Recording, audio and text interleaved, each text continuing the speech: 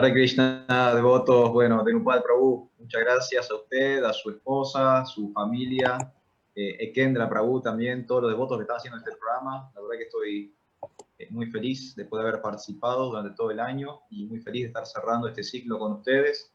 También estamos lejos y también a pesar de la distancia siento la amistad y el amor que tienen ustedes para, no solamente para la filosofía consciente de Krishna, sino para los devotos, que es muy importante. Así que muchas gracias, Dhenupal Prabhu y familia, ¿sí? Y todos los devotos. Bueno, Dhenupal Prabhu dijo, ¿no? Esto se está construyendo entre todos, es literalmente una construcción colectiva que están haciendo muchos devotos alrededor del país.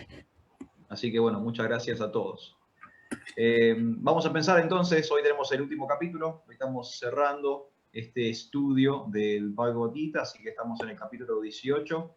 Para aquellos que quizás no me conocen, hago una mini presentación. Como dijo Dhenupal Prabhu, mi nombre es Arjuna Sakadas. Yo les estoy hablando desde Mar del Plata, ¿sí? Y aquí tenemos un pequeño proyecto de prédica, un colectivo cultural que se llama Hare Krishna Mar del Plata. Y bueno, y como dije, estoy muy feliz de poder participar con ustedes el día de hoy en este cierre de ciclo de lo que es el estudio del Bhagavad Gita. Así que bueno, yo lo que hice es algo similar a lo que hice la última vez que estuve hablando aquí en este ciclo, que es un poco resumir el capítulo yendo por bloques temáticos en los textos. Como comentábamos la otra vez, cada 2 o 3 versos, cada bloque de 4 versos, digamos, Krishna y Arjuna tocan algún tema en particular. Como toda conversación, ¿sí? Los ejes del diálogo van cambiando. Entonces, yo lo resumí de esa forma, en una modalidad parecida a la última vez que estuve participando con ustedes. Así que cuando ustedes necesiten detenerme para preguntar algo, para decir algo, para corregir algo, cuando haya una duda, cuando haya algo no haya quedado en claro, por favor no lo duden, me frenan, hacen su pregunta, charlamos de lo que haya que charlar y después seguimos avanzando en el resumen. Yo hago todo el desglose yendo en esta modalidad de textos o de grupo de textos, y si ustedes necesitan en algún momento detenerme, me detienen, no me ofendo y charlamos de lo que ustedes necesiten charlar, ¿sí? Así que voy a hacer un mini intro, una especie como de introducción a este último capítulo, y después sí vamos, digamos, a lo que sería el análisis texto por texto o el análisis de acuerdo a los grupos de versos que hemos podido resumir el día de hoy. Así que estamos en el capítulo número 18 del Bhagavad Gita tal como es, de su divina gracia C. Bhaktivedanta Swami, Srila Prabhupada. El capítulo se intitula La perfección de la renunciación, y como Prabhupada mismo explica en la introducción al Bhagavad Gita, esto es como un epílogo o como un cierre del Bhagavad Gita.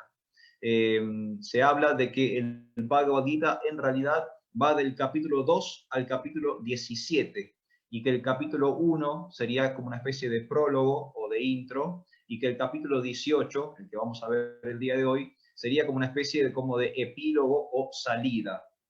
Para aquellos que no saben, el Bhagavad Gita en realidad es un capítulo de un libro mucho más grande, mucho más extenso, con muchísimos más versos, que se llama Mahabharata, ¿sí? Y el Mahabharata prácticamente es una especie de historia de la India antigua, ¿sí? Es un texto que narra hechos históricos sobresalientes, relevantes de la India antigua. Dentro de ese Mahabharata, que tiene cientos y cientos de versos, hay una sección que se estudia por separado o de forma independiente, un capítulo en particular, y es el capítulo que nosotros conocemos como Bhagavad Gita. Por eso muchas veces se dice que el primer capítulo y el último capítulo del Bhagavad Gita en realidad son un prólogo y un epílogo, porque nos permiten a nosotros conectar con la historia general de lo que es el Mahabharata, ¿sí? En el capítulo número 1 tenemos toda la descripción de la escena en el campo de batalla, y el capítulo número 18, en un sentido, es parecido al capítulo número 2, que es una especie como resumen general de todo lo que se fue hablando en esta conversación trascendental entre la suprema personalidad de Dios y Arjuna en el campo de batalla de Kurukshetra. Y también el capítulo número 3, el capítulo número 18 es el cierre de la tercera sección del Bhagavad Gita.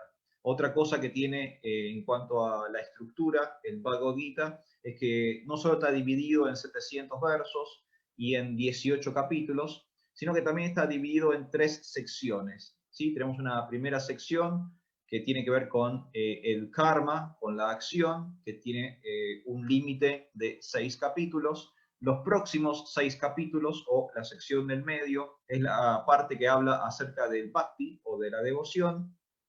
Y esta última sección, que va del capítulo número 13 al capítulo número 18, habla acerca del jnana, o del conocimiento. Así que esta también es el cierre no solo de la obra en general, sino también el cierre de la tercera sección del Bhagavad Gita, en la sección dedicado al conocimiento. Así que bueno, ahí tuvimos una especie como de resumen o introducción al capítulo del día de hoy. La perfección de la renunciación, capítulo 18 del Bhagavad Gita, también a veces entendido como un epílogo, el cierre de la tercera sección, el cierre, la finalización de la parte del Bhagavad Gita que tiene que ver con el conocimiento o con el jnana, y en un sentido también una especie como de segundo resumen que tiene el Bhagavad Gita. Tenemos el capítulo número 2, que es el resumen del contenido del Gita, y algo parecido ocurre con el capítulo número 18 que vamos a ver el día de hoy. Así que bueno, si no hay dudas, si no hay ninguna pregunta o nadie tiene nada para decir, vamos a arrancar directamente con el desglose de los textos o de los versos que hay dentro del capítulo 18 del Bhagavad Gita.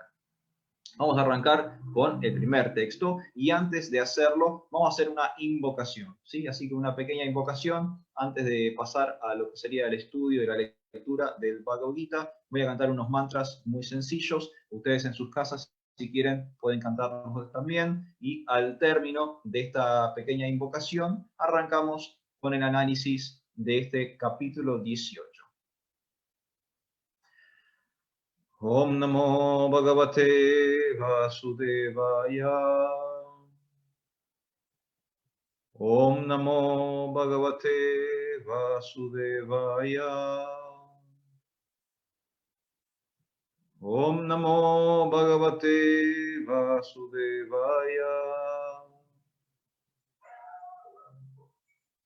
Muy bien, entonces, habiendo hecho nuestra invocación, arrancamos con el primer texto del capítulo 18 del Bhagavad Gita, y es un texto interesante, donde el que está hablando es Arjuna. Arjuna, una vez más, hace una pregunta para iniciar una parte del diálogo, para abrir uno de los capítulos. Aquí Arjuna está preguntando específicamente al inicio del capítulo 18 el propósito de 2 situaciones.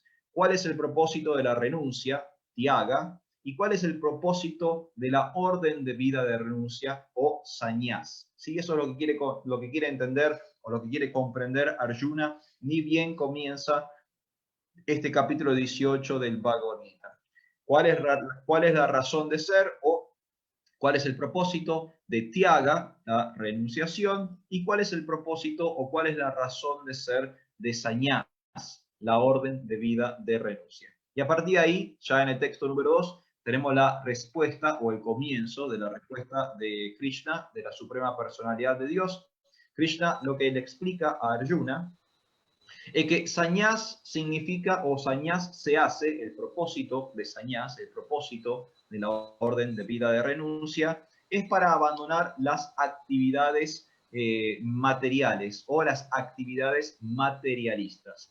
Mientras que tyaga, o la renunciación propiamente dicha, es para renunciar a lo que sería el resultado de esas actividades materialistas. Entonces hay acá una diferenciación. Tanto Arjuna hace la diferencia, como también Krishna hace la diferencia. ¿Sí? Tenemos la renunciación en sí, tyaga, y tenemos una orden de vida, o tenemos una etapa en la vida donde se practica más fuertemente esa renunciación, llamado sannyas. ¿Cuál es el propósito de sannyas? El propósito de sannyas es abandonar las actividades materialistas. ¿Y cuál es el propósito de Tyaga o cuál es el propósito de la renunciación? Es abandonar los resultados fruitivos de las actividades materialistas, ¿sí?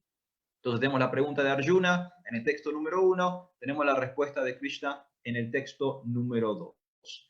En el texto número 3 aparece algo interesante y hay una especie como de planteo, una especie como de duda filosófica respecto a qué hacer entonces, ¿sí? ¿Hay que abandonar o no abandonar las acciones? ¿Hay que hacer o no hacer? ¿Hay que accionar o no accionar? ¿Sí? Esa es la duda filosófica que se plantea en el texto número 3. Dijimos entonces que tenemos Tyaga, la renunciación, tenemos Sañás, la orden de vida de renunciación, tenemos el propósito o la razón de ser para estas situaciones, y ahora la duda es, ¿yo tengo que hacer o no tengo que hacer? ¿Tengo que renunciar o no tengo que renunciar? ¿Tengo que desapegarme o no tengo que desapegarme? ¿Tengo que actuar o no tengo que actuar? ¿Sí? Entonces tenemos una pregunta, tenemos una respuesta y automáticamente surge una duda y es esta que comenté recién, la que pertenece al texto número 3. En el texto número 4, acá hago un paréntesis, si me permiten, abro también una nota de color. En el Bhagavad Gita, en el texto número 4 del capítulo 18, aparece la palabra Viagra. Nosotros conocemos en Occidente la palabra Viagra y la tenemos muy poco asociado a la cultura védica, pero la palabra Viagra es una palabra en sánscrito y significa tigre. Y es uno de los nombres de Arjuna en el Bhagavad Gita. Krishna se refiere a Arjuna como Viagra, ¿sí? Y Prabhupada lo traduce como "oh tigre entre los hombres". ¿Sí? No sé, nada, nota de color para el texto número 4 del Bhagavad Gita, que la palabra Viagra, que es popularmente conocida en Occidente, tiene un origen en este texto, en el Bhagavad Gita. Ahora vamos a ir al primer bloque de versos que tienen una temática en común. Y voy a hablar de los versos 5 al 12, ¿sí? De los versos 5 al 12. Y estos versos, o este bloque de versos, responde la pregunta anterior, esta pregunta del texto número 3, acerca de que si hay que hacer o no hay que hacer, si hay que renunciar o no hay que renunciar. Entonces, del 5 al 12 del Bhagavad Gita capítulo 18, tenemos la afirmación de Dios mismo, de Krishna, de que sí hay que hacer. Y que hay sacrificios, penitencias y actos de caridad que no deben abandonarse. Por más que uno tenga que desapegarse y por más que uno en última instancia tenga que abandonar muchas cosas, hay cosas que no hay que abandonar o hay cosas que no hay que dejar de hacer. Sacrificios, penitencias y actos de caridad no deben abandonarse, dice Krishna en esta sección. Y da algunas características o algunos resultados positivos que generan los sacrificios, las penitencias y las obras de caridad. Krishna, por ejemplo, dice que ayudan a purificarnos, se tienen que ejecutar sin apego, ¿sí? Una de las características, hay que estar desapegado cuando uno hace un sacrificio, cuando uno ejecuta una penitencia o cuando uno se involucra en una obra de caridad. No hay que esperar resultados a cambio. Hay que hacer todo esto, hay que hacerlo en la modalidad de la bondad, ¿sí? Hay que hacerlo como deber prescripto, como uno alineándose con el Dharma, con la gran ley cósmica universal. Hay que hacerlo con inteligencia, dice Krishna, haciendo uso del buddhi, de la inteligencia espiritual, sin odio y sin dudas, sin vacilación. Entonces aquí, en el bloque que va del 5 al 12, tenemos la respuesta al texto número 3 acerca de que si hay que hacer o no hay que hacer. Y resulta que sí hay que hacer, especialmente situaciones que tienen que ver con el sacrificio, con el yagya, con las penitencias, ¿sí? Con tapa, con la austeridad, y con la caridad, con daya, ¿sí? Esto no debe abandonarse, dice Krishna, y también, como dije, del 5 al 12, algunas características. Hay que hacerlo sin duda, hay que hacerlo sin odio, hay que hacerlo con inteligencia, hay que hacerlo por dharma, por una cuestión de deber prescripto, hay que hacerlo en bondad. Esto es muy importante porque la bondad, la modalidad de la bondad, sattva guna, va a aparecer muchas veces más a lo largo de este capítulo. Básicamente Krishna le va a explicar a Arjuna que todo lo que tenemos que hacer, mínimo como piso, como punto de partida, tiene que ser desde la modalidad de la bondad. Bueno, algunas características que tienen que ver con los sacrificios, las penitencias y las obras de caridad, que son las que sí tienen que hacerse, como dice Krishna en el Bhagavad Gita 5 al 12, capítulo 18. ¿Estamos bien? Creo que hay alguna pregunta. No, no hay ninguna pregunta ahí en la sección. Ok, bueno, vamos avanzando. Recuerden ustedes, cuando necesiten decir algo, pueden o hacer algún tipo de ruido, abrir sus micrófonos o escribir ahí en la sección que tenemos para el chat aquí en Zoom. También tengo entendido que se está transmitiendo por Facebook, así que los que estén en Facebook, aprovechen la sección de los comentarios por si tienen ganas de participar. Yo tenía Seguimos. una consulta. Sí. Por ejemplo, cuando vos estabas hablando de Tyaga y de renuncia, ¿no? Sañás. Muchas veces yo he visto que los devotos quieren ser sañás, pero no se da porque por diferentes motivos que se fueron interponiendo. ¿Y cuál es la mejor posición que uno puede llegar a tener? Porque si uno fue, en el caso de algunos amigos, ¿no? Fueron toda la vida brahmachari y en un momento pasan a la otra orden, a la orden de Grijastha. Y los he visto que se ponen, por mucho tiempo están muy tristes porque creen que no están cumpliendo su misión. Claro. Y a la vez, Tyaga le pone mucha énfasis, Prabhupada le pone. ¿Podrías explayarte un poquito más en eso, por favor? Sí, Prabhu, es una excelente pregunta, consulta, o es un excelente tema para tratar, porque en realidad es fundamental para nosotros como devotos, como Vaishnavas, entender un poco la diferencia entre Tyaga y Sañás. A veces Tyaga también se traduce como desapego y Sañás se traduce directamente como renuncia. Sañás en realidad es una etapa de la vida. Eso es lo que es algo que tenemos que tener muy en claro. Esto, el sañás forma parte de un momento en la vida de las personas. Como usted recién mencionó, tenemos brahmachari, tenemos grihasta, ¿no? Tenemos la etapa donde estamos estudiando y nos dedicamos a la adquisición de conocimiento. Tenemos otra etapa que es un poco más social, donde nos casamos, tenemos familia, interactuamos con la comunidad, trabajamos y demás.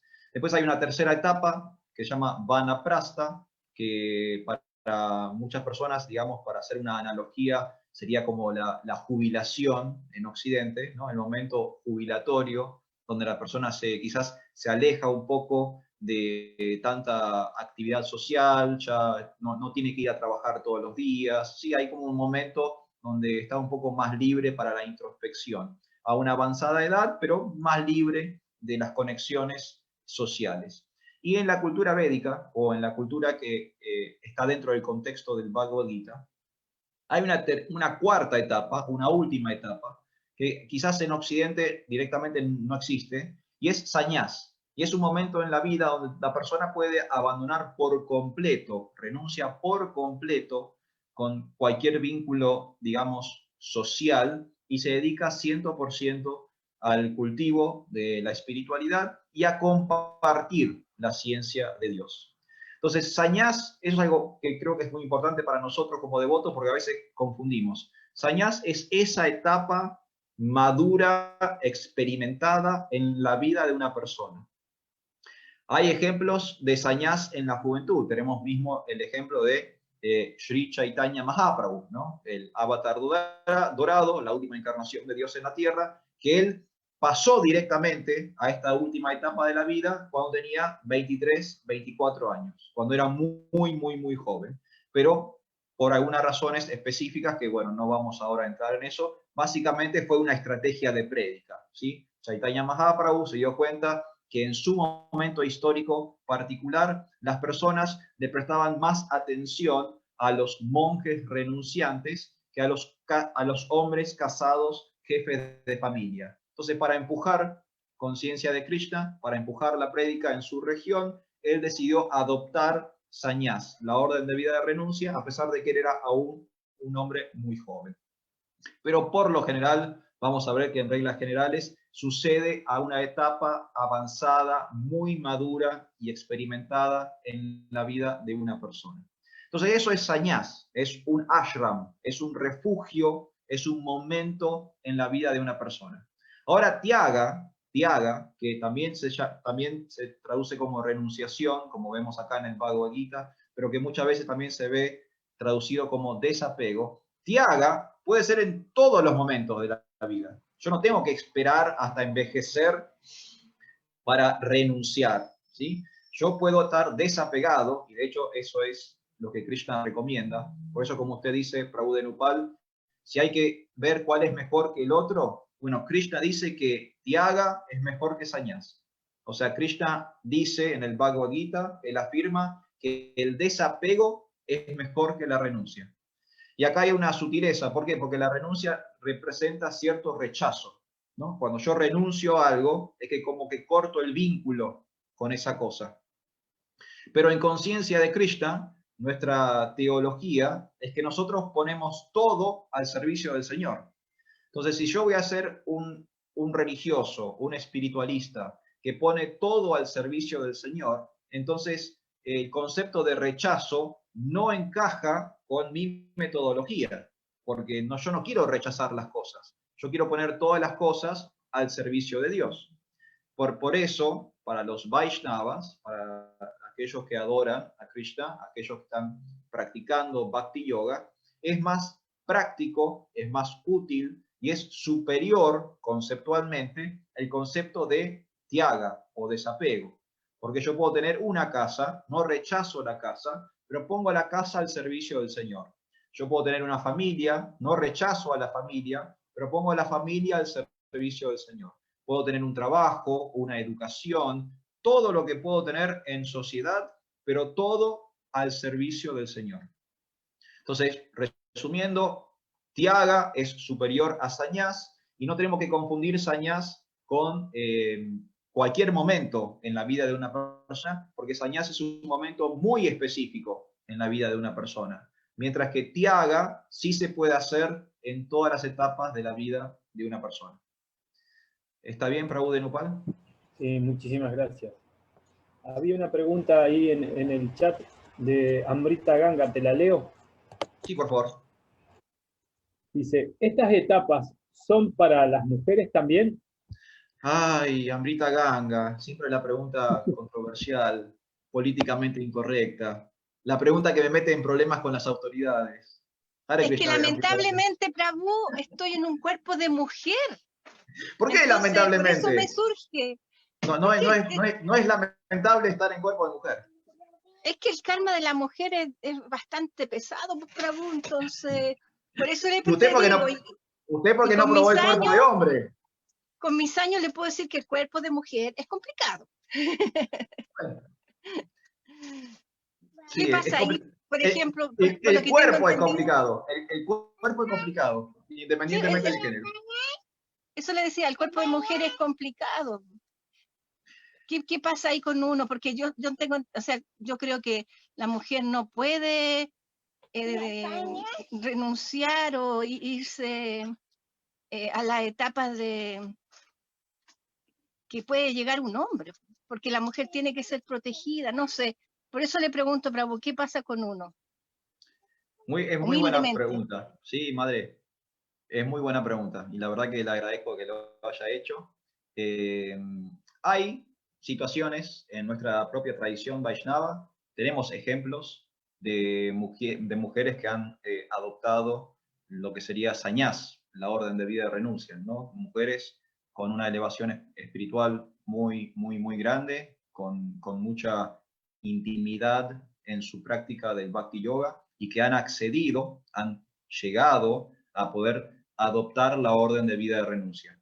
No son la mayoría, no es la mayoría de los casos, y como usted bien dice, siempre hay como una mayoría de varones tomando sañás y no tanto de mujeres tomando sañás. Pero sí existe en nuestra tradición Vaishnava algunos ejemplos de mujeres que han accedido a esta posición social. En reglas generales, en un sentido, la mujer también toma sañás en un momento de su vida. La mujer también tiene esta posibilidad de renuncia de lo que serían las actividades sociales materiales para dedicarse exclusivamente a su introspección espiritual y su servicio devocional. Pero, como usted bien aclara, el contexto védico, o el contexto cultural védico, recomienda que las mujeres, por ejemplo, tengan cierta protección, que estén cuidadas, que estén atendidas, que estén protegidas. Entonces, muchas veces el sañás de una mujer es que ella se retira, o sea, se retira de la vida social, se retira de la vida familiar en un momento avanzado en su vida, pero se retira en vez de a viajar por el mundo o digamos, a meditar como una seta del bosque, se retira a una comunidad. Y ahí encuentra el contexto de protección. Ella renuncia, se vuelve la, digamos, matriarca de la comunidad, el devoto mayor de esa comunidad, pero al mismo tiempo está contenida, tiene un contexto para cuidarla y para protegerla. ¿Se entiende, Madre Amrita Ganga? Es posible, Sí, no Prabhu, lo es entiendo. imposible. ¿Se entendió? Sí, sí se entendió, Prabhu. Ok. Gracias. Néctar. No es imposible que una mujer tome sañás, pero la mujer tiene características propias, al igual que el hombre tiene sus características propias, y la recomendación védica con respecto a las características propias de la mujer es que no quede desamparada en ningún momento de su vida. Entonces, se puede tomar sañás como mujer, pero muchas mujeres toman sañás o deciden renunciar a su actividad social, material, familiar, en el seno de una comunidad. Mientras que muchos hombres, cuando toman sañás, hacen un corte más bruto, más abrupto, y en la antigüedad, por ejemplo, abandonaban sus aldeas y se iban a peregrinar por el mundo. Quizás nunca más volvían a su aldea natal, nunca más volvían a ver a su familia, etcétera, etcétera. El corte de renuncia en el varón es, digamos, más bruto, es más tajante, mientras que el corte en el contexto de la mujer tiene que ser un poco más cuidado. Esa es la única diferencia. Pero se puede, sí se puede. Haribol, madre, gracias. No, muchas gracias a usted, Prabhu. Bueno, si no hubiera más consultas, seguimos. Nos habíamos quedado en este conjunto de versos del 5 al 12, donde se afirma que sí hay que realizar algunas actividades, y particularmente Krishna lo que dice que hay que realizar son los sacrificios, las penitencias y las obras de caridad. Después, del texto número 13 al texto número 18, tenemos otra sección del capítulo 18, donde se habla acerca de los componentes de la acción, ¿sí? Resulta que hay una especie de trabajo en equipo al momento de actuar. No es que uno actúa caprichosamente o que uno actúa completamente independiente o que uno actúa unilateralmente. Hay componentes en la acción y es lo que explica Krishna entre los versos 13 y 18. Y estos componentes o estos ingredientes de la acción son 5. Son el cuerpo material, el ejecutor, que sería la persona, ¿sí? El alma, los sentidos, el esfuerzo, el trabajo mismo o el esfuerzo de la acción, y Paramatma o la superalma. Entonces, cada vez que algo sucede, cada vez que hacemos algo, cada vez que emprendemos algún tipo de acción, no somos solo nosotros los que están trabajando o haciendo. sino que es un trabajo en equipo sincronizado, armonioso, entre 5 factores distintos. El cuerpo material, nosotros como entidades vivientes, los sentidos, los 5 sentidos, más el sexto sentido de la mente, el esfuerzo, propiamente dicho, y Krishna en la forma localizada de Param Atma o de super alma, ¿sí? O sea que básicamente toda acción surge de la interacción de estos 5 factores. Y creer que uno está actuando por sus propios medios o que uno está actuando independientemente, Krishna dice que es poco inteligente, ¿sí? Lo dice en el Bhagavad Gita. Una persona que cree que está haciendo las cosas, una persona que se cree el hacedor, una persona que se cree la dueña de sus propios actos, es poco inteligente, dice Krishna, porque es una persona que no está comprendiendo que dentro de ese bagaje de la acción hay una maraña que involucra 5 factores distintos. Y es de lo que se está hablando en este grupo de versos entre el 13 y el 18, ¿sí? Entre el verso 13 y el verso 18 del capítulo 18 del Bhagavad Gita. 5 componentes de la acción: el cuerpo material, nosotros como almas o como entidades vivientes, el ejecutor, los sentidos, los 6 sentidos, o sea, los 5 burdos, más el sentido metafísico, que es la mente, el esfuerzo, propiamente dicho, y Krishna como Param Atma o super alma. ¿Sí? Eso está del 13 al 18 del capítulo 18 del Bhagavad Gita. Ahora viene toda una enorme sección del capítulo 18 donde se va a hablar de distintas cosas en relación a las gunas, a las modalidades de la naturaleza material. Creo que somos todos devotos los que estamos aquí en esta conferencia virtual del día de hoy. No hace falta explicar mucho qué son las gunas o las modalidades, pero para aquellos que quizás están sintonizando por primera vez o no tienen tanto el léxico teológico de conciencia de Krishna, las gunas son energías o frecuencias que atraviesan todo lo que existe en el mundo material, tanto las cosas burdas como los objetos, como también cosas más sutiles, como por ejemplo rasgos de la personalidad o situaciones. Todo está influenciado por las gunas, por las energías del mundo material. Y son 3. Sattva, la energía superior, que se llama bondad en su traducción. Rajas, que es una energía intermedia, que tiene que ver con la acción, tiene que ver con la generación, tiene que ver con la actividad.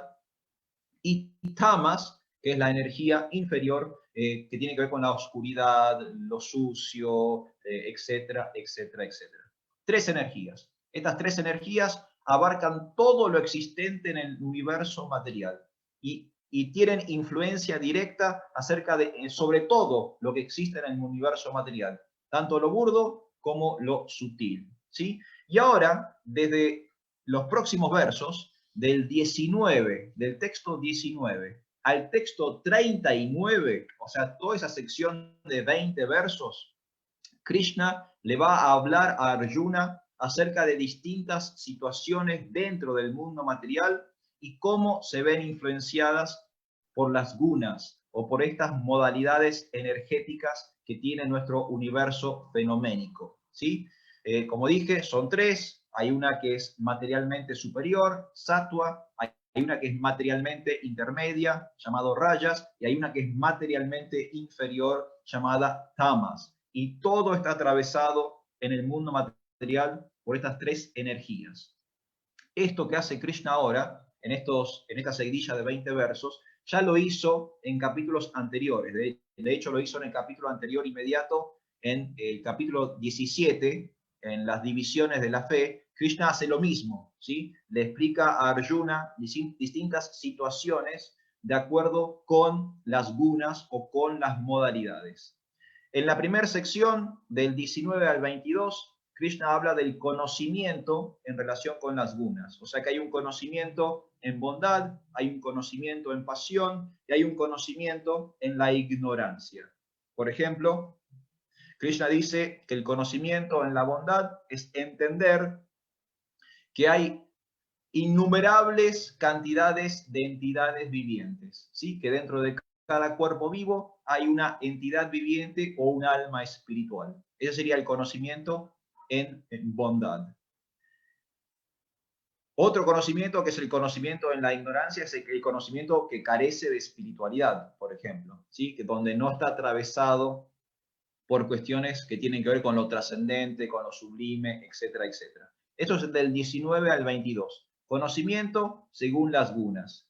Del 23 al 25 tenemos la acción según las modalidades, ¿sí? Tenemos una acción buena, una acción intermedia y tenemos una acción mala. De esto también se habló muchísimo en el Bhagavad Gita. De hecho, la primera sección del Bhagavad Gita, los primeros 6 capítulos, tratan directamente de esto, del karma, de la acción. Y ya hemos descubierto en este estudio del Bhagavad Gita que hay vikarma, hay acciones malas o incorrectas, hay karma, hay acciones buenas o correctas, y hay akarma, hay acciones espirituales, hay acciones devocionales que nos unen directamente con Dios, ¿sí? Otra vez más, Krishna vuelve a hablar de la acción en relación con las modalidades. Del texto 26 al 28 habla de los trabajadores, o sea, habla de las personas que actúan, nosotros, todos nosotros, en relación con las gunas, ¿sí? Y una vez más, como ocurre en todos estos 20 versos, siempre el mejor es el que obra o actúa en bondad, en la modalidad de sattva, ¿sí? Entonces hay trabajadores o hay personas que actúan de acuerdo, por ejemplo, a la contemplación, a la religiosidad, a la espiritualidad. Hay personas que actúan simplemente para obtener rédito, para obtener un resultado fruitivo, para obtener una ganancia, para obtener algo a cambio. Y hay personas que actúan incorrectamente y generan todo tipo de caos. Y esas 3 situaciones se dan de acuerdo a las 3 modalidades. El mejor trabajador es el trabajador en sattva, en la modalidad de la bondad. Del 29 al 32 tenemos la comprensión según las gunas, ¿sí? Tenemos el entendimiento según estas 3 energías. Otra vez, el mejor entendimiento es el que está en sattva, en la modalidad de la bondad. Del 33 al 35 aparece la determinación en relación con las gunas, ¿sí? Y otra vez, la mejor determinación es la determinación en la modalidad de la bondad. Y finalmente, del 36 al 39, tenemos la felicidad, el concepto de felicidad según las 3 modalidades de la naturaleza material. Y acá es muy interesante, porque muchas personas, corríjanme si que me equivoco, pero muchas personas se acercan a procesos espirituales o a prácticas espirituales porque básicamente buscan ser felices, ¿sí? De hecho, es ya un axioma antiguo de la filosofía, no solamente de la filosofía védica, sino de la filosofía occidental.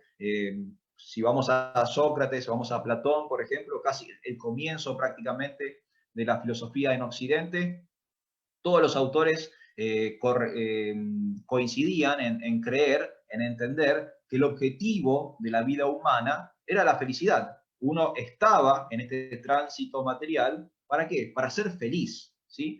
Una forma sana de existencia es ser feliz, mientras que la forma tóxica o la forma incorrecta de tener esta experiencia material tiene que ver con el sufrimiento o el dolor o la infelicidad. Entonces, de esto también se habla en el Bhagavad Gita, y es interesante lo que propone Krishna, porque Krishna propone una definición de felicidad que nosotros, por lo general, no queremos aceptar. Y es la felicidad que viene con el tiempo, la felicidad que viene como resultado de un proceso.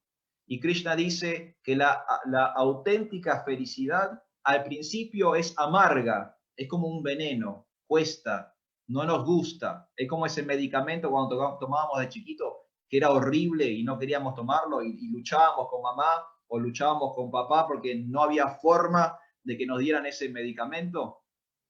Así es la auténtica felicidad material. La mejor felicidad es la que al principio cuesta un poquito, tiene cierto sinsabor, pero con el tiempo, luego de un proceso, habiendo atravesado cierta metodología, viene, dice Krishna, el néctar, viene ese sabor dulce, viene la realización.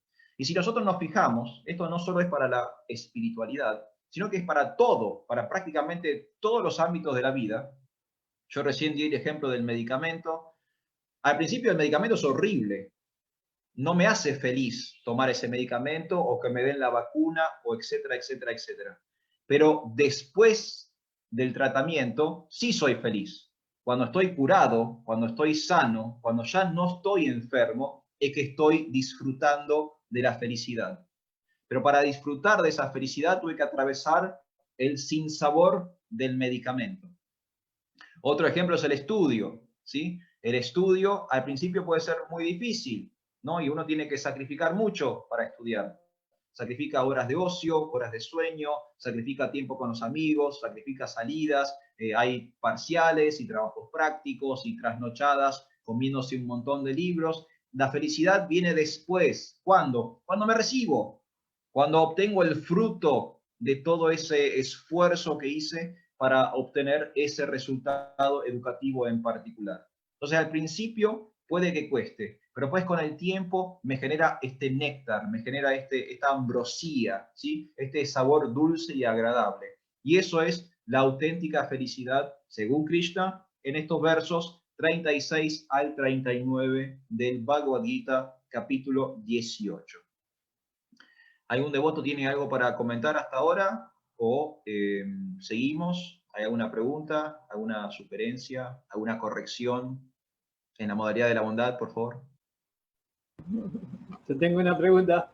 Ah, bueno, ok. Por ejemplo, cuando se describe Krishna en el verso eso, primero es amargo y después es dulce. ¿Por qué? La pregunta sería, con tu experiencia, ¿no? Dios mío. ¿Cuántas Dios. personas van llegando a conciencia de Krishna y a lo primero piensan que es todo, que somos o tenemos diferentes ideas o que como que no encuentran su gusto, ¿no? Superior. Y la situación que les sucede a veces es que no pueden, es como que se están, es una posición muy de limitación. Y a veces, a nosotros nos ha pasado, lo digo como experiencia, que uno quiere que todos hagan lo mismo que uno y a veces comete el peor error, creer que los otros tienen que hacer lo mismo que uno. Puede ser que sea así. Nosotros como experiencia hemos metido mucho la pata, así. Lo digo yo que soy el que está ahí. He metido mucho la pata y me doy cuenta de que al pasar el tiempo, siempre tengo mi parámetro, yo puedo, y las personas muchas veces no. Claro. Sí, en este caso en particular, Prabhu, creo que hay como muchas variables acá, ¿no? Si hablamos de personas que se acercan a conciencia de Krishna, al igual que Krishna recién nos explicó que en la acción había 5 factores, bueno, para que una persona se haga consciente de Krishna, creo que hay, no digo infinitos, pero hay muchísimos factores que intervienen. Un punto es esto que hablábamos recién de la felicidad. Nosotros tenemos una idea muy materialista, distorsionada de la felicidad. A nosotros nos gusta la felicidad en la pasión. Nos gusta la felicidad que es rica al principio. Y después sí, bueno, después vemos cómo lo soluciona, ¿no? Es la felicidad de la borrachera, ¿no? Al principio está buenísimo. La resaca, bueno, después mañana veo cómo lo resuelvo. Entonces, estamos muy atraídos porque estamos en esas modalidades más bajas, estamos vibrando energéticamente más bajo, estamos como muy atraídos a una felicidad superficial y pasajera. Entonces, esa puede ser una de las variables. mientras que nosotros como Bhakti Yogis estamos ofreciendo otros parámetros o otras explicaciones respecto a qué es verdaderamente la felicidad. Eso es un punto. Otro punto es el deseo que tiene la persona. Krishna también dice en el Bhagavad Gita que hay 4 tipos de personas que se acercan a él, ¿no? Hay personas que buscan alivio al sufrimiento, hay personas que buscan dinero o buscan algún tipo de bienestar material, hay personas que buscan conocimiento y después hay personas que buscan a Dios, propiamente dicho. Entonces quizás nosotros estamos recibiendo una persona en el programa que busca opulencia, no está buscando a Dios. Entonces hace su proceso y cuando obtuvo la opulencia que quería, supongamos que el primer día que viene al programa está desempleado, lo acaban de echar. Entonces está afligido y dice, bueno, a ver qué hago. Bueno, ahora que no laburo voy a ver a los Hare Krishna, ¿no? A ver qué onda los Hare Krishna. Ya que tengo tiempo libre, voy y veo a los Hare Krishna. Mi objetivo, o sea, mi norte, lo que yo realmente quiero es volver a obtener esa opulencia del trabajo. No estoy buscando a Dios. Estoy con los devotos me dicen que si canto voy a ser feliz. Bueno, canto. Los devotos me dicen si como esto voy a ser feliz. Bueno, lo como. ¿No? Si vengo todos los domingos voy a ser feliz. Bueno, vengo todos los domingos. En un momento, Krishna me bendice y me aparece un trabajo. Entonces esa persona no va más al programa. ¿Por qué? Porque su objetivo no era profundizar en su vida espiritual.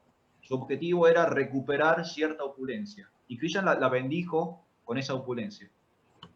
Entonces ahí tenemos otra variable. ¿Cuál es la razón de por qué nos acercamos a conciencia de Krishna?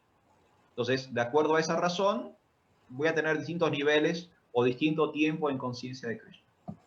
Otra variable puede ser, si estoy haciendo, esto es una cosa personal, no lo estoy sacando de ninguna escritura, no está saliendo de ningún Veda. Es una apreciación mía personal. Pero también hay una variable, y creo que es muy importante, es si yo quiero hacer terapia de Krishna o si yo quiero hacer conciencia de Krishna. Porque parecen lo mismo, pero son distintos. Terapia de Krishna es que yo canto Hare Krishna porque me hace bien a mí, me tranquiliza, me relaja, me sintoniza. Terapia de Krishna es que yo tomo prasadam porque es riquísimo, me encantan cómo cocinan ustedes, quiero aprender a cocinar como ustedes. Eso es terapia de Krishna. Voy al programa porque es súper divertido el programa, me hace bien, me voy, ay, no sabes, Prabhu, cuando me voy en paz. Me encanta venir los domingos porque me voy en paz. Eso se llama terapia de Krishna. ¿Por qué se llama terapia de Krishna? Porque Dios no es el centro. Yo soy el centro. Y estoy utilizando un montón de herramientas espirituales no para glorificar a Dios, sino para sentirme bien. Como si haría cualquier otra terapia.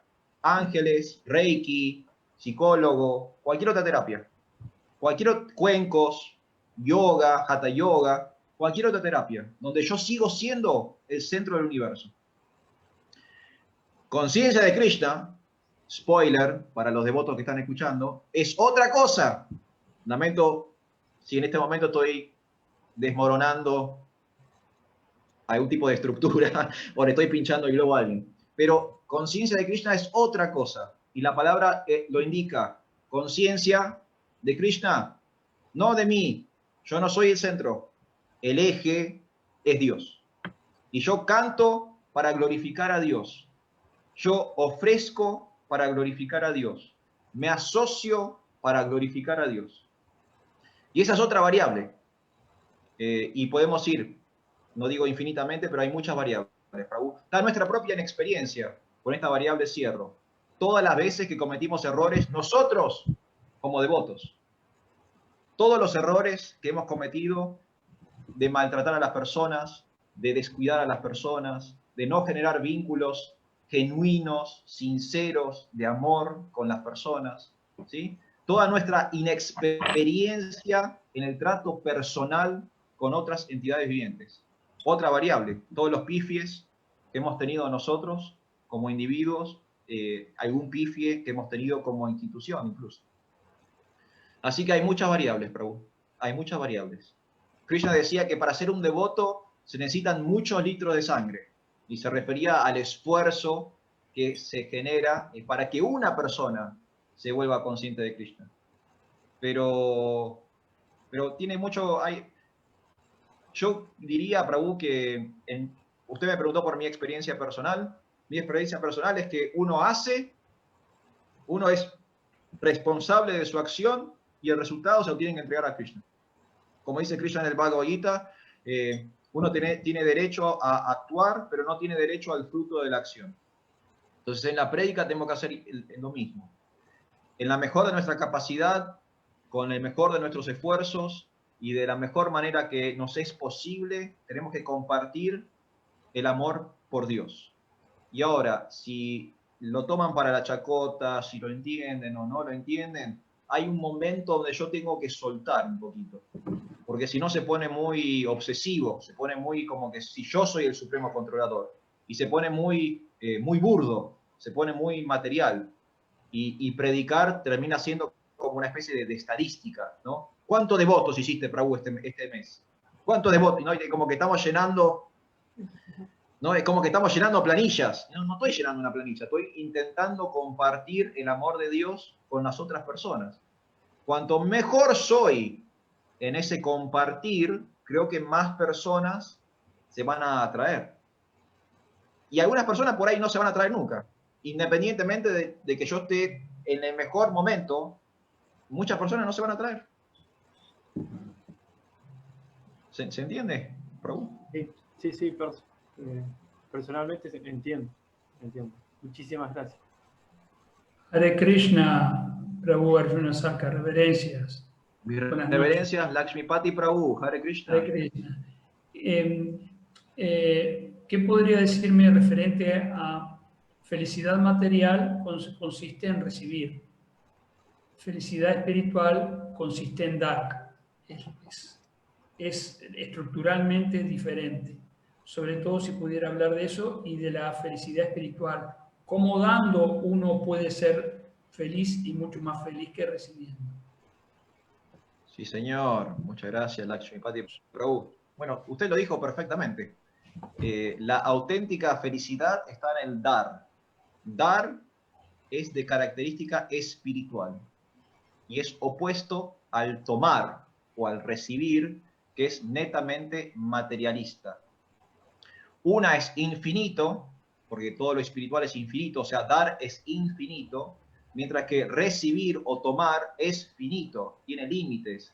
En el Chaitanya Charitamrita tenemos el ejemplo, ¿no? Dice, yo tengo 2 manos. ¿Cuánto puedo tomar? ¿No? Chaitanya Mahaprabhu dice, ¿cuántos frutos del árbol puedo agarrar con 2 manos? No hay un límite a todo lo que podemos absorber.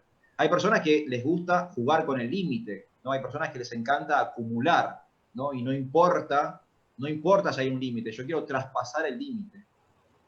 Lo que sucede al ser material, si yo tomo de más, estoy agrediendo a otra entidad viviente, porque prácticamente estoy robándole o quitándole la cuota a otra persona. Y esto lo vemos en los sistemas económicos modernos, ¿no? Donde como el eje es la acumulación, se generan grandes colchones de pobreza. ¿Por qué? Porque está en la estructura pirámide. Hay una minúscula porción de la población acumulando recursos y una mayor cantidad de la población sufriendo la falta de esos recursos. Entonces, es malo, acumular es malo, absorber es malo, esperar cosas a cambio es malo, y es malo intrínsecamente, porque daña, no solamente me daña a mí, sino que daña a los demás, y me opone, me pone en la vereda opuesta, me aleja de Dios o de la espiritualidad. Dar, que es trascendente, es infinito lo que yo puedo dar. Por supuesto que tengo mis limitaciones materiales. Entonces, si yo quiero dar tiempo, bueno, el tiempo, sabemos que hay una X cantidad de tiempo en el día, no te puedo dar todo ese tiempo porque también necesito resolver otras situaciones. Pero puedo dar infinitamente, independientemente de mis condicionamientos. O sea, eso lo vemos en el principio del servicio devocional. El bhakti es infinito y válido en todo tiempo, lugar y circunstancia. ¿Por qué? Porque es espiritual. El famoso pasatiempo de Ramachandra, ¿no? Cuando están construyendo el puente, que Hanuman está tirando montañas al mar para construir el puente de piedra, y viene una ardillita, ¿no? Con una pequeña partícula de tierra, ¿no? Intentando dar desde su lugar. La ardilla está dando en el máximo de su capacidad, está dando todo lo que tiene. Se entregó plenamente al Señor. Hanuman también está dando todo lo que tiene. Desde un punto de vista material es distinto, pero desde un punto de vista espiritual es exactamente lo mismo. Y el dar es infinito. Y el dar es la verdadera felicidad, como usted dice, Lakshmipati Prabhu, porque solo en el dar es que yo voy a ser espiritualmente recompensado. Mientras que en el tomar o en el absorber, puede ser que tenga algún tipo de felicidad material. Pero como lo material es finito, tiene fecha de vencimiento, ergo, la felicidad material es finita y tiene fecha de vencimiento. Y no importa cuánto acumule, en un momento, Kala, Krishna, en la forma de tiempo, me arrasa con todo eso, se lo lleva. Puedo tener mansiones, montañas, ¿no?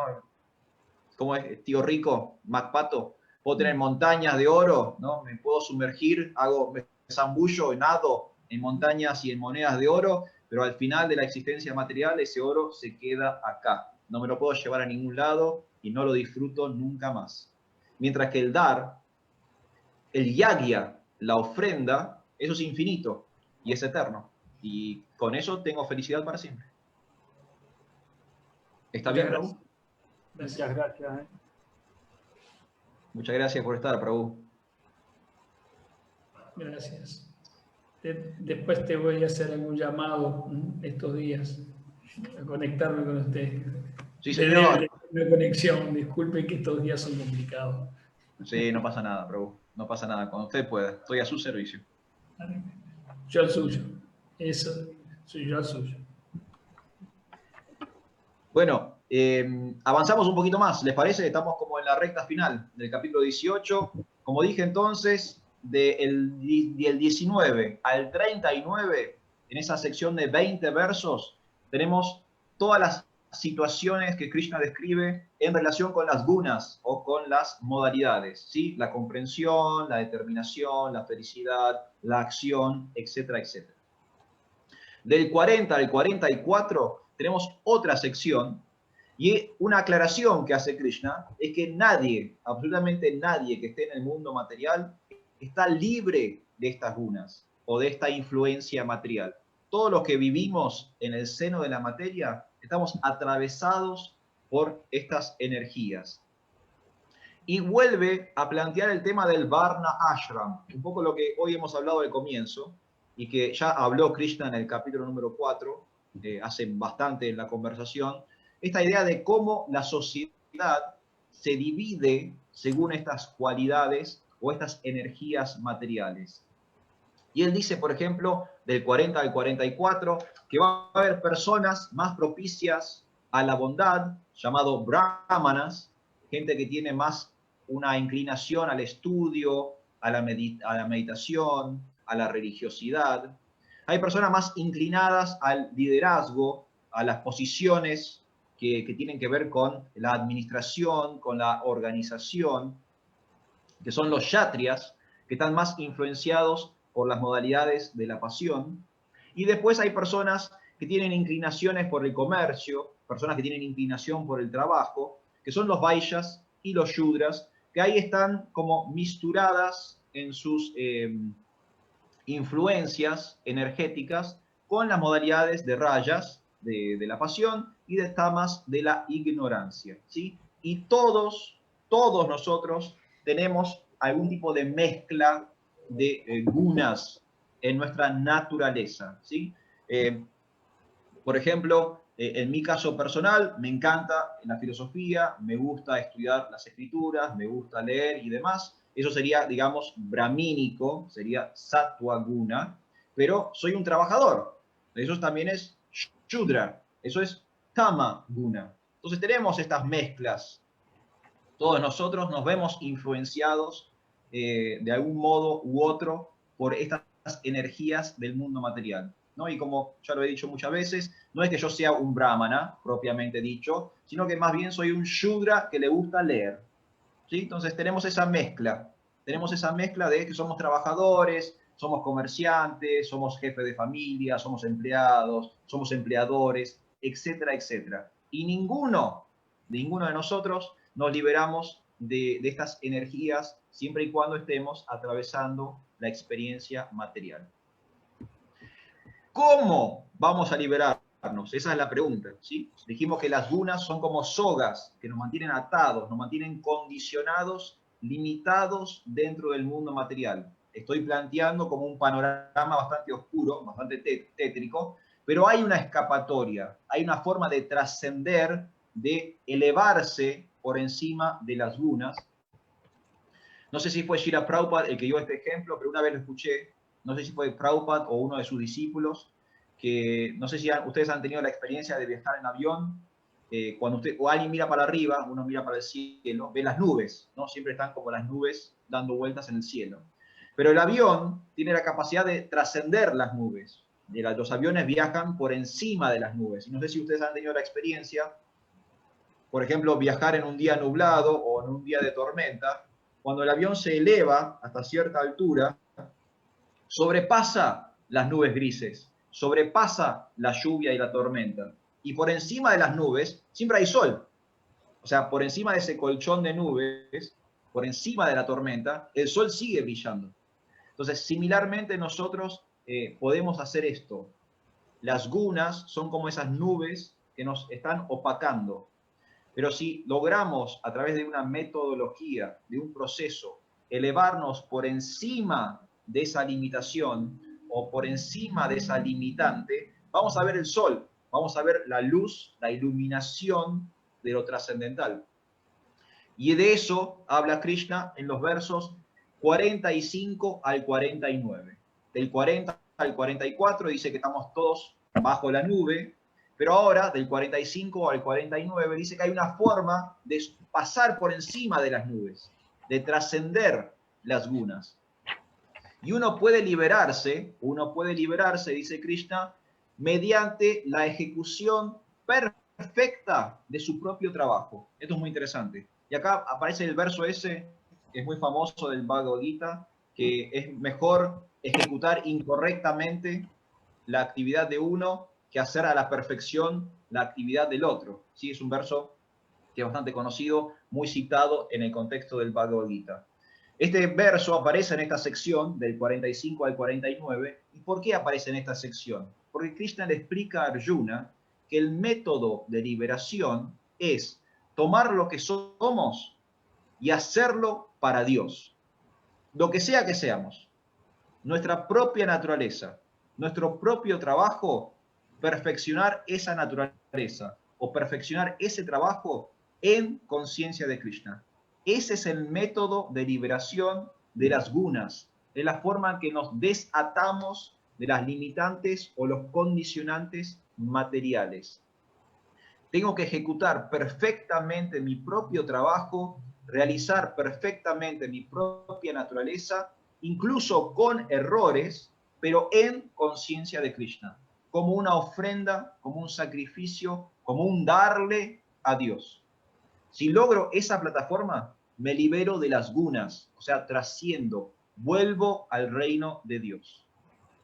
Y hablando del reino de Dios, vamos a la última sección, que es del 50 al 58. Estamos casi, como dije, en la recta final. Arjuna, disculpa. Sí. Madhumati, hay una pregunta en el chat. A ver. Madhumati, ¿la puede hacer al aire, por favor? Hare Krishna.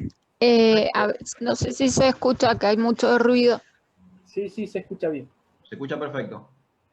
Bueno, Prabhu, una pregunta, no sé si está muy relacionada, pero cuando estaba hablando de Varnashram me acordé que hoy estaba leyendo y se me vino como esa duda, que en varias partes Prabhupada a veces explica que no hay brahmanas, no sé si cualificados en esta era, y yo digo, entonces, ¿por qué se da segunda si ya está así como que para esta era no hay, no sé si se entiende bien la pregunta.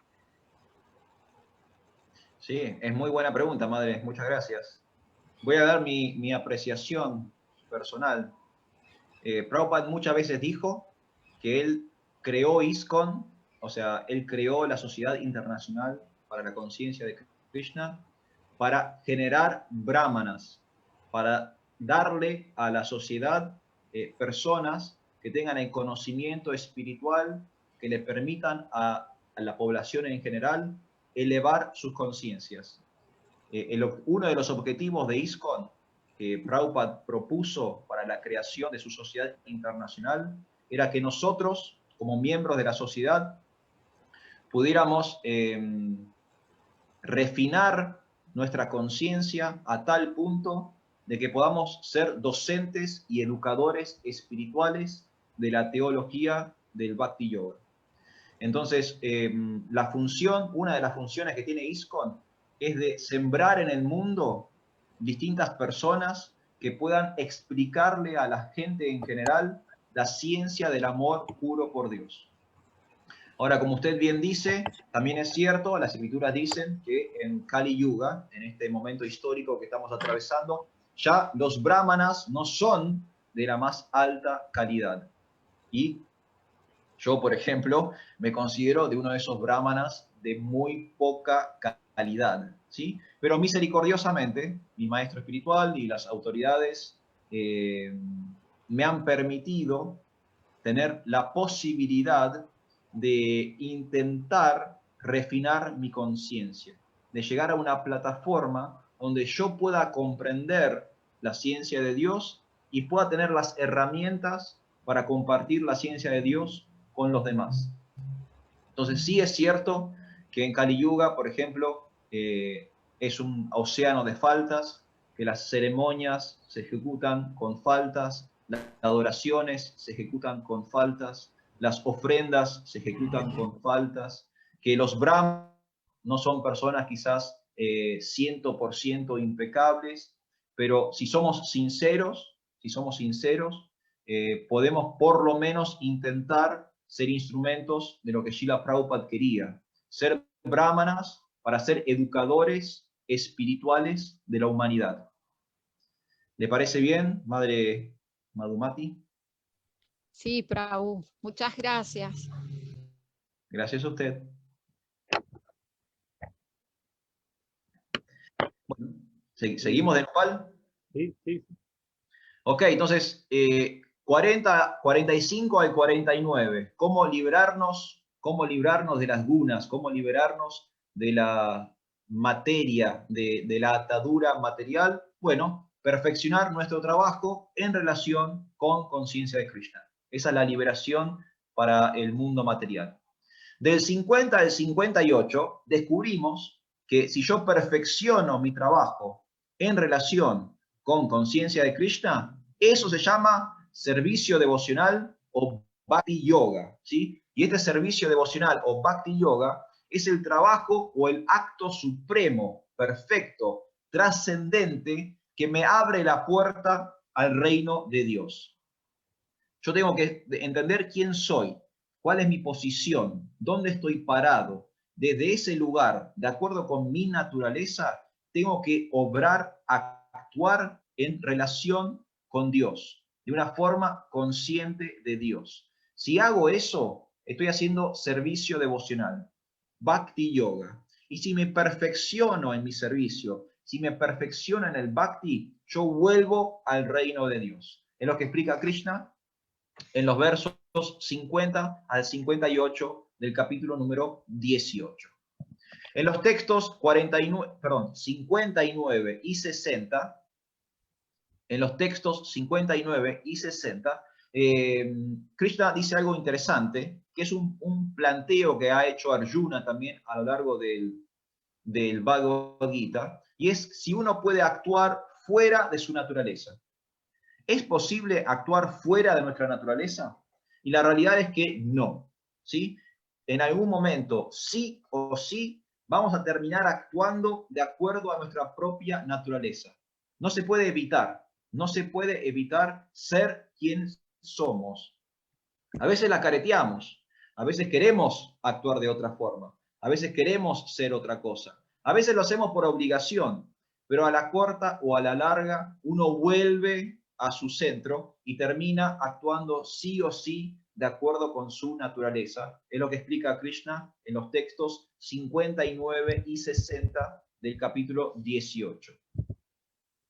En el texto 61 hay algo interesante, otra nota de color, al igual que Viagra. Hoy hablamos de Viagra, de Nupal Prabhu. Espero que no vayan a censurar esta charla, pero es una palabra que aparece en el Bhagavad Gita, Viagra. Es una palabra que está en el Bhagavad Gita.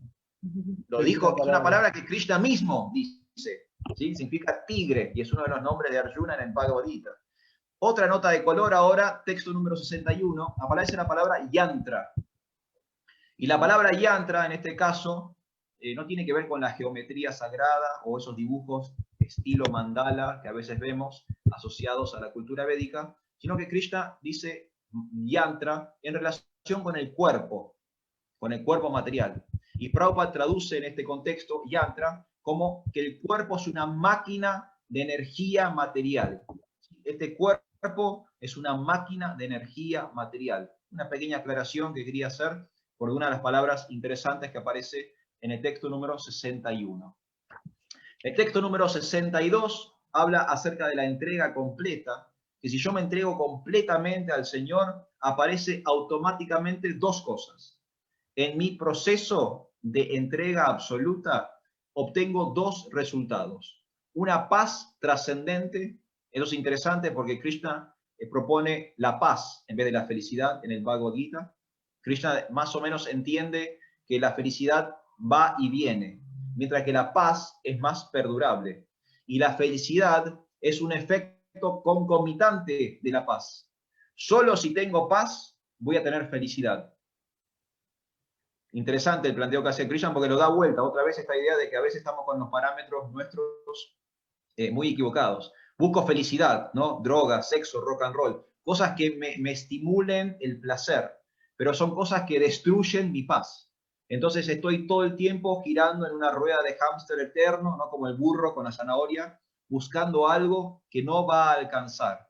Krishna propone otro paradigma.